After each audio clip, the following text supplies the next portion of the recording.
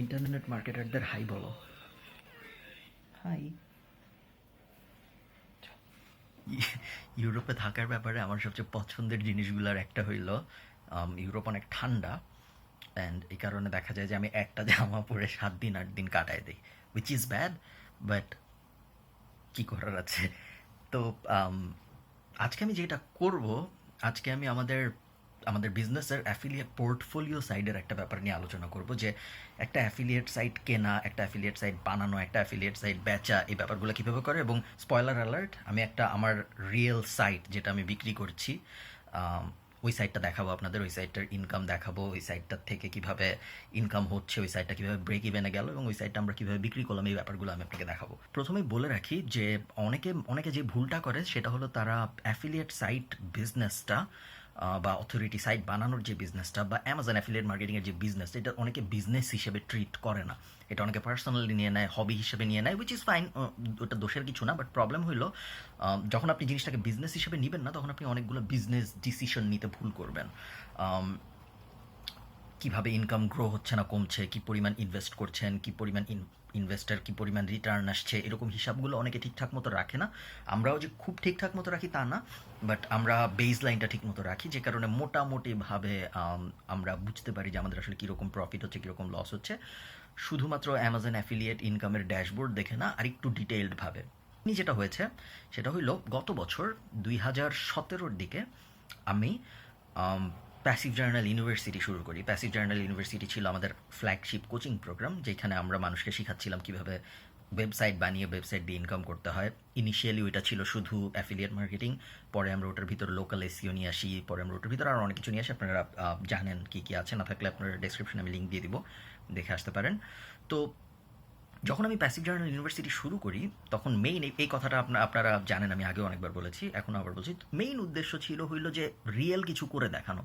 এমন না যে আমি স্লাইড দেখায় বললাম যে এভাবে ওয়েবসাইট বানাতে হয়, বাট আমি রিয়েল কিছু করে দেখাইলাম না। এখন সবাই জানে অ্যাফিলিয়েট মার্কেটিং কী, সবাই জানে এসিও কী, বাট কেউ আসলে করে দেখায় না যে আসলে তুমি করতে পারো নাকি পারো না। ব্যাপারটাকে আমি সবসময় পাহাড়ে ওঠার সাথে কম্পেয়ার করি। ধরেন আমি আপনাকে বললাম পাহাড়ে ওঠার জন্য করতে হবে, পাহাড়ে ওঠার জন্য করে এভাবে উঠে যেতে হবে, তোমার এতদিন ট্রেনিং করতে হবে, তোমার কোর মাসেল স্ট্রং করতে হবে, কোর মাসেল স্ট্রং করার জন্য তোমার জিমে যাইতে হবে। থিওরেটিক্যালি আমি সব বলে গেলাম, কিন্তু আমি যদি আপনাকে অ্যাকচুয়ালি করে দেখে পাহাড়ে উঠে দেখাই, তাহলে বোঝা যাবে যে অ্যাকচুয়ালি আমি পারি ব্যাপারটা এবং আমি কোয়ালিফাইড ব্যাপারটা শেখানোর জন্য। অনেক ক্ষেত্রেই বাংলাদেশে যেটা হয়, মানুষজন ক্যামেরার সামনে দাঁড়ায় অথবা মানুষজন একটা স্লাইড শো ওপেন করে, স্লাইড সময় পাওয়ার পয়েন্ট ওপেন করে নর্মালি বুঝায় এভাবে সাইট বানাও, ওভাবে সাইট বানাও, বাট সে অ্যাকচুয়ালি কিছু করে দেখায় না নিজে।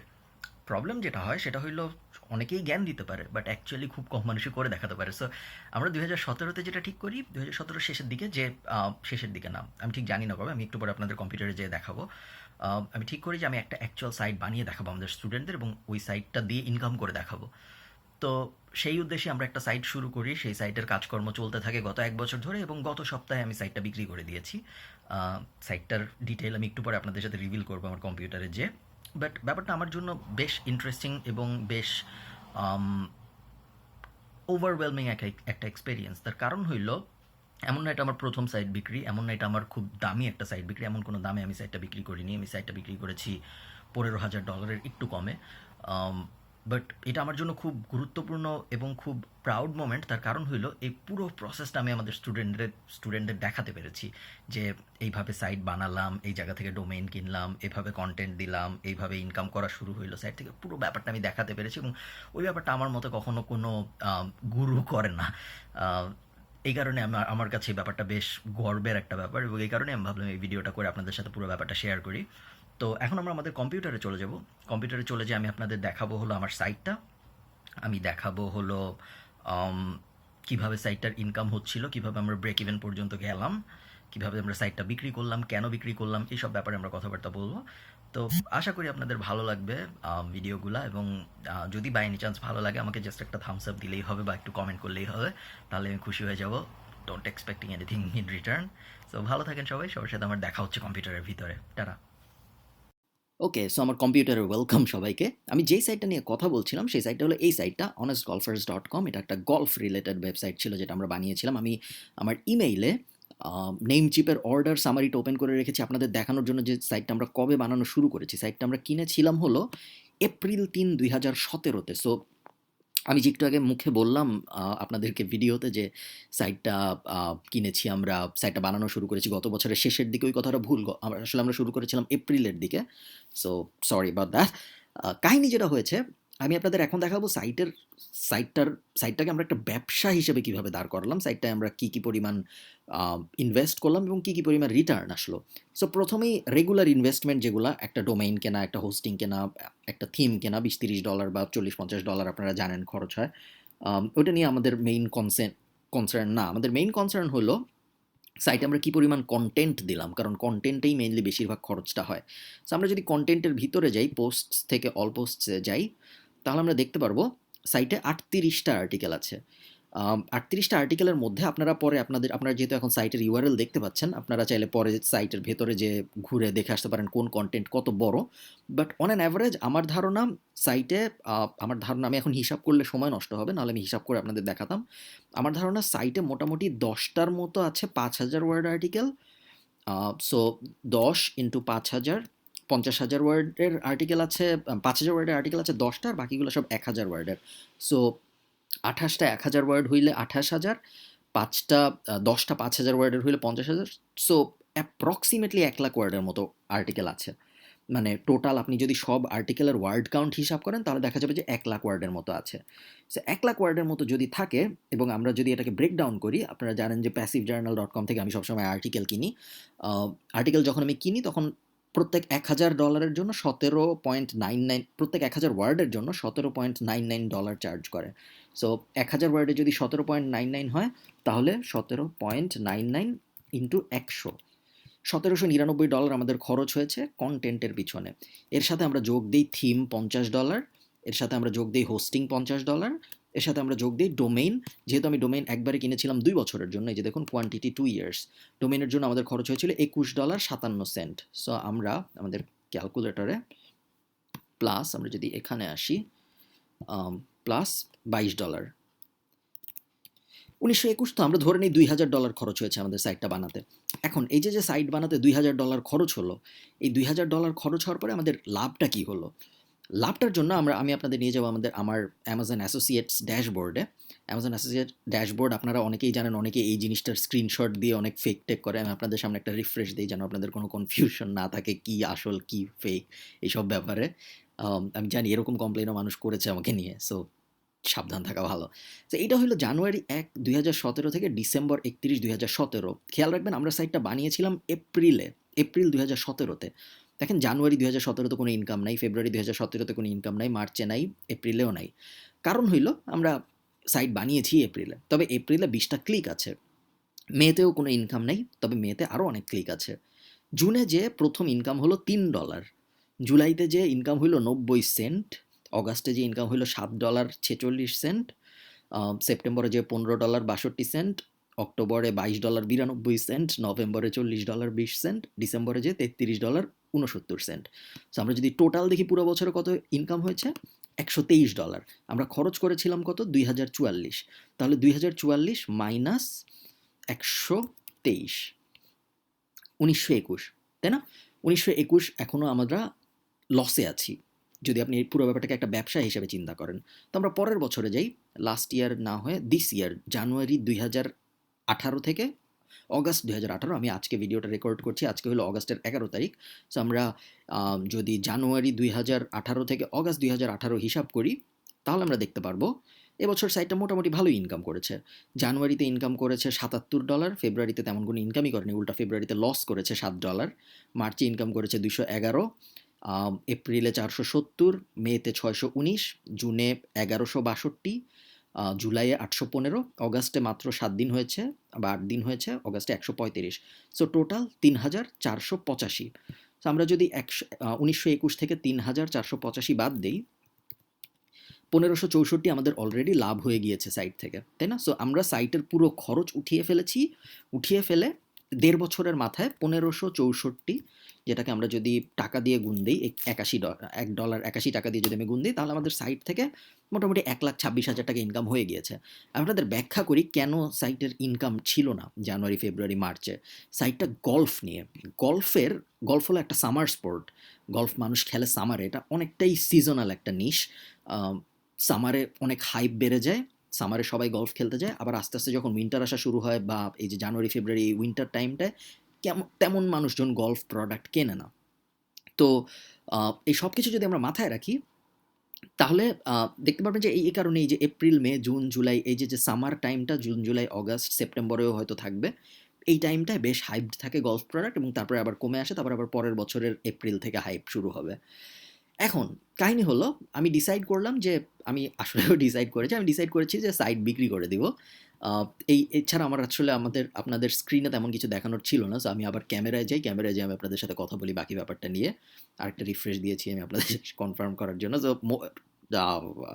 ল্যাপটপে এখন পর্যন্ত এইটুকুই। আবার আমি আপনাদের ক্যামেরায় যেয়ে কথা বলছি আপনাদের সাথে। তারা সাইট বিক্রি নিয়ে আমরা অলরেডি passivejurnaluniversity.com একটা আর্টিকেল পাবলিশ করেছি, যেখানে খুব ডিটেইল বলা আছে যে কীভাবে সাইট বিক্রি করতে হয়, কোন জায়গায় বিক্রি করলে লাভ বেশি, কোন জায়গায় বিক্রি করলে দাম বেশি পাওয়া যায়, কোন জায়গায় বিক্রি করলে দাম একটু কম পাওয়া যায়, কোন জায়গায় তাড়াতাড়ি বিক্রি হয়। আমি একই ইনফরমেশনের উপর দিয়ে আবার যাবো না, আমি ডেসক্রিপশন, ইউটিউবের যে ডেসক্রিপশনটা, ওখানে লিঙ্ক দিয়ে দিব আর্টিকেলটা আপনারা পড়ে ফেললে একটু ভালো মতো আইডিয়া পাবেন যে সাইট কোথায় বিক্রি করা উচিত, কোথায় বিক্রি করা উচিত না। আর্টিকেলটা একটা ব্যাপার নাই বলা, ওই ব্যাপারটা আমরা হয়তো অন্যান্য সময় আমাদের ট্রুপে বলেছি, বাট ওই আর্টিকেলটা স্পেসিফিক্যালি বলা নাই। সেটা হলো গিয়ে ওই 3টা অপশন ছাড়া ওই আর্টিকেলে 3টা অপশনের কথা বলা আছে: এম্পায়ার ফ্লিপার্স, এফি ইন্টারন্যাশনাল এবং flippa.com। এই 3টা অপশনের কথা বলা আছে ওই আর্টিকেলটা, যে এই 3টা জায়গায় আপনার সাইট বিক্রি করতে পারেন। ওই 3টা জায়গায় কিছু সুবিধা আছে, কিছু ক্ষতিও আছে, যে ব্যাপারগুলো আর্টিকেলটা মেনশন করা আছে। আমি হাইলি রেকমেন্ড করি আপনার আর্টিকেলটা পড়ে নেন। বাট ওই 3টা ওয়েবসাইট ছাড়া বা 3টা মার্কেট প্লেস ছাড়াও আপনি চাইলে আপনার ওয়েবসাইট বিক্রি করতে পারেন, যদি আপনি অলরেডি মানুষজনকে চেনেন, যারা ওয়েবসাইট কেনে তাদের চেনেন, বা আপনি যদি বিভিন্ন ফেসবুক গ্রুপে সক্রিয় থাকেন, বা আপনার যদি পরিচিত মানুষজন থাকে যারা ওয়েবসাইট কেনা বেচার সাথে জড়িত, যেটা আমার আছে, যেহেতু আমি অলরেডি বেশ অনেক দিন ধরে এই ইন্ডাস্ট্রির মধ্যে আছি। সো আমাকে বেশ অনেকেই চেনেন ইন্টারন্যাশনালি। সো এই কারণে আমরা অন্য যেই প্ল্যাটফর্মটা ইউজ করি বেশিরভাগ সময় আমাদের সাইট বিক্রির জন্য, সেটা হলো escrow.com। escrow.com-এর সুবিধা হলো escrow.com-এর ফি সবচেয়ে কম সবার মধ্যে, বাট escrow.com-এর অসুবিধা হলো escrow.com আপনাকে ক্লায়েন্ট খুঁজে দিবে না। আপনি আপনার ক্লায়েন্ট খুঁজে নিয়ে, যে ওয়েবসাইট কিনতে চায় তাকে নিয়ে escrow-তে যাবেন, তারপর escrow-তে পুরো ডিলটা করবেন।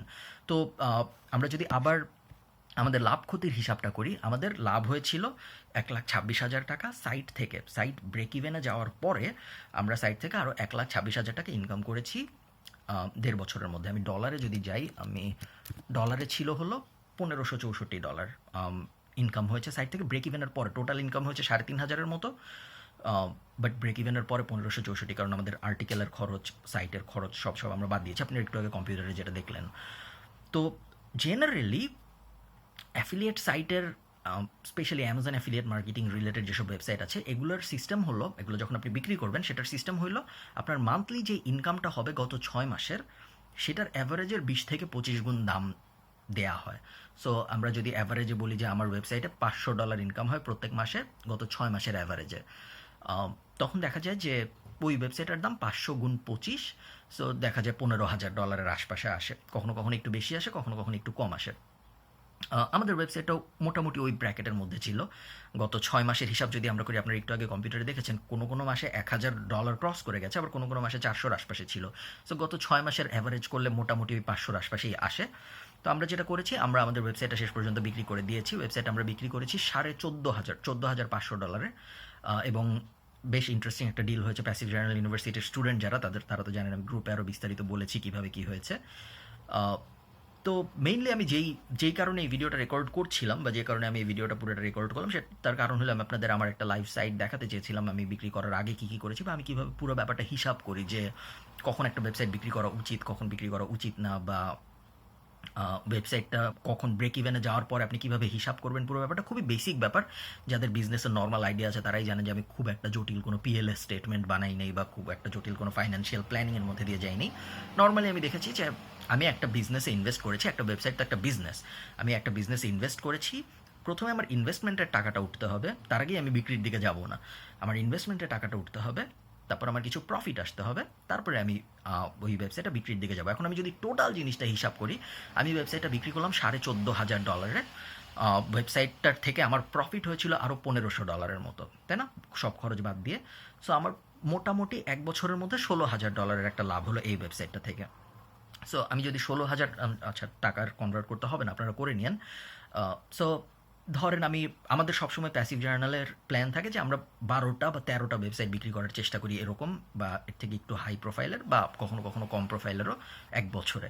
2017তে আমরা টার্গেটটা খুব সফলভাবেই টাচ করেছিলাম, আমরা প্রায় 12টা না 14টা ওয়েবসাইট বিক্রি করেছিলাম। বাট 2018তে আমরা আসলে অতগুলো করি নাই, খুব কম করেছি। জেনারেলি প্ল্যান থাকে প্রত্যেক মাসে একটা করার।